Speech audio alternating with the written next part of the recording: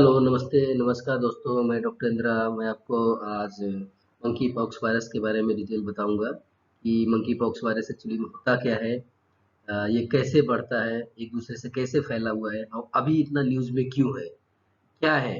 तो जैसा कि मंकी पॉक्स वायरस नाम से ही पता चल रहा है कि एक वायरल इन्फेक्शन है।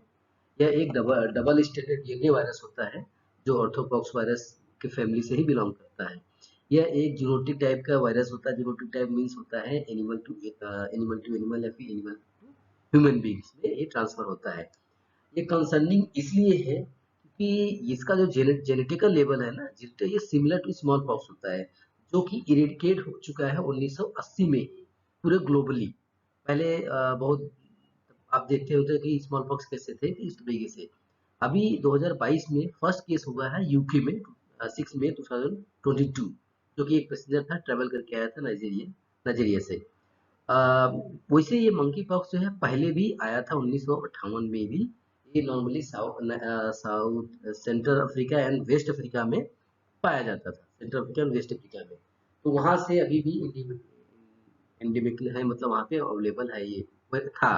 तो वहां से ये देखा गया, तो इसलिए WHO ने इसको हेल्थ ग्लोबल इमरजेंसी घोषित किया है, क्योंकि ये बहुत तेजी स्प्रेड होता है बॉडी इंसानों के कॉन्टेक्ट में। क्योंकि इंसानों को कॉन्टेक्ट ऐसे नहीं कि छुआछीत की बीमारी है, बिल्कुल नहीं, छुआछीत की बीमारी नहीं है।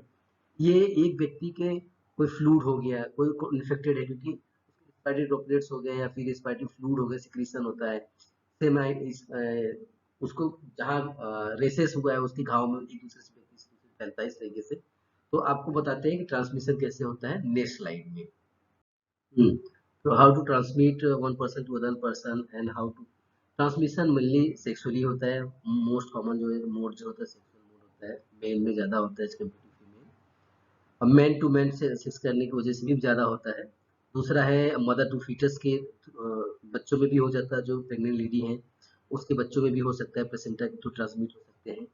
अब क्लोज कॉन्टैक्ट हो जाता है, यदि इन्फेक्टेड पीपल के साथ आप क्लोज कॉन्टैक्ट में हो तो भी आप इन्फेक्टेड हो सकते हो, रिस्पिरेटरी सिक्रीशन के थ्रू या बॉडी सिक्रीशन के थ्रू, या उनके कोई बॉडी पार्ट में लगा हुआ है तो टच करने का, रबिंग, इवन कपड़े जो बेडिंग आप उनका कपड़ा दूसरा पहन रहे हो तो वो भी होने का चांसेस है।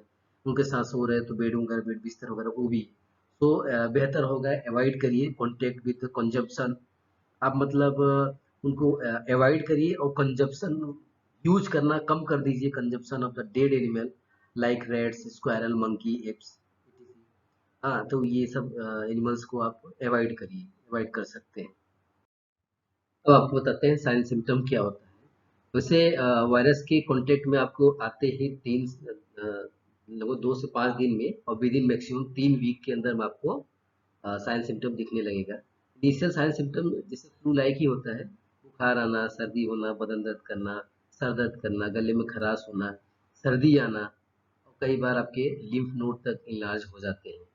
और रेसेस होना, रेसेस मतलब लाल लाल धब्बे होना, धब्बे जिस तरीके से इमेज में आप देख सकते हैं।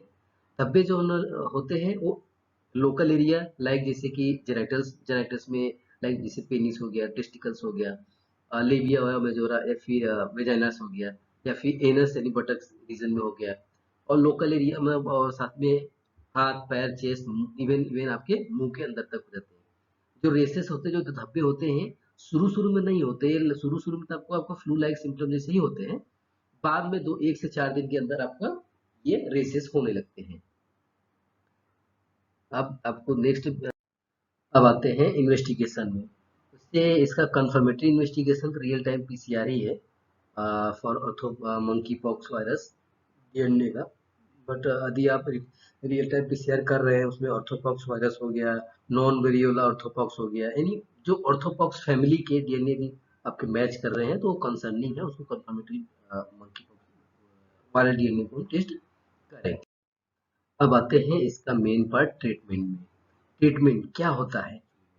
देखा जाए तो मंकी पॉक्स वायरस का एग्जैक्ट स्पेसिफिक कोई ट्रीटमेंट अवेलेबल नहीं है, लेकिन ये एक जेनेटिकली स्मॉल पॉक्स से सिमिलरिटी रखता है।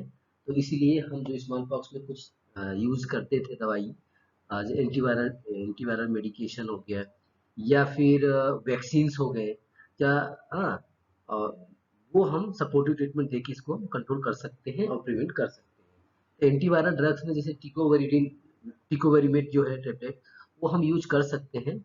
और वैक्सीन जो स्मॉल पॉक्स वैक्सीन देते हैं, वो भी हम यूज करके प्रिवेंट कर सकते हैं और स्प्रेड से बचाया जा सकता है, लोगों को मरने से बचाया जा सकता है स्मॉल पॉक्स।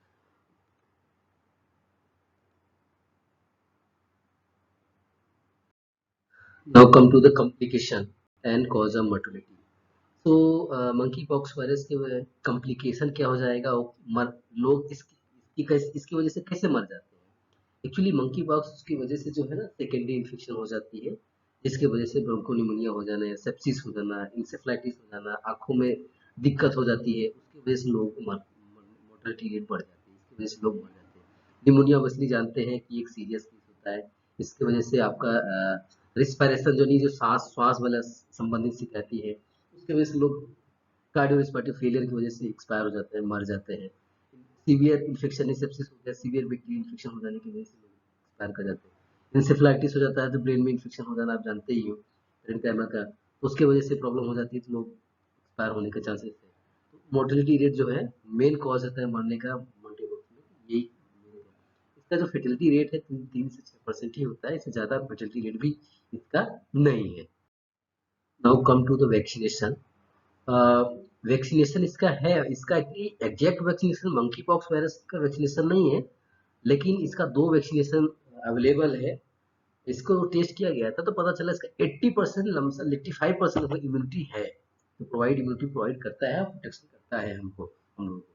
तो जनरली जैसे एक वैक्सीन है इमुआनेक्स, इमुआनेक्स जो है जिन नियोक्स कंपनी ने बनाया है, इसका 2 डोज दिया जाता है 4 हफ्ते के बीच में। और इसको जब से सभी व्यक्तियों में रिकमेंड किया गया है, क्योंकि ये बहुत बेहतर है, क्योंकि ये non attenuated containing attenuated non replicating orthopox virus है। मतलब ये होता है कुल मिला के वायरस को मार के, इतना मारा गया है, इतनी कमजोर है, बस वो इन्फेक्ट आपको नहीं कर सकती, लेकिन वो इम्यूनिटी प्रोवाइड कर सकती है कि हमारे बॉडी को ये वायरस जैसा ही है, ये वही वायरस है। लेकिन एग्जैक्ट में वो वायरस नहीं होता है, मरा हुआ डेड डेड वायरस होता है। हाँ, ये लमसम इम्यूनो कम्प्रोमाइज में जो कमजोर लोग हैं उन पे भी देखिए उनको दिया जाता है। एक दूसरा अल्टरनेट वैक्सीन दिया गया है, दूसरा है ACAM, मतलब एकाउम करके 2000 है, ये सिंगल डोज देते हैं वाया मल्टीपल पंक्चरिंग, लेकिन ये बेहतर नहीं है, क्योंकि इसका साइड मतलब ये रिप्लिकेट करके आपको इन्फेक्ट भी कर सकता है, इसकी कैपेबिलिटी है, एक कैपेटेंसी है कि आपको ये इन्फेक्ट कर सकता है। सो इम्यूनो कम्प्रोमाइज परिस्थितियों में नहीं देते, हाँ नॉर्मल पीपल में अल्टरनेट ऑप्शन है, लेकिन सिंगल डोज इसको यूज कर सकते हैं। So now come to the prevention, how to prevent. The prevention कैसे कैसे बचा जाए। सेफ सेक्स करें, गैदरिंग भीड़ भाड़ में बहुत ज़्यादा न रहें, सेफ सेक्स मिस होता है, कॉन्डोम वगैरह यूज करें। आ, ये चीज़, और इन्फेक्टेड हो तो दूर, इन्फेक्शन है तो इन्फेक्टेड पर्सन है तो थोड़ा अवॉइड करें, जहाँ भीड़ भाड़ है वहाँ से दूरी बना रखें, और वैक्सीनेशन करते रहें। उसके साथ है वो मेडिकल टीम वाले यदि जुड़ी है तो वो PPE प्रॉपर यूज करें, तो इससे बचाया जा सकता है। Thank you, thank you for watching. ये पहला मेरा वीडियो था, थोड़ा सा गड़बड़ है, बट थैंक्स, थैंक यू।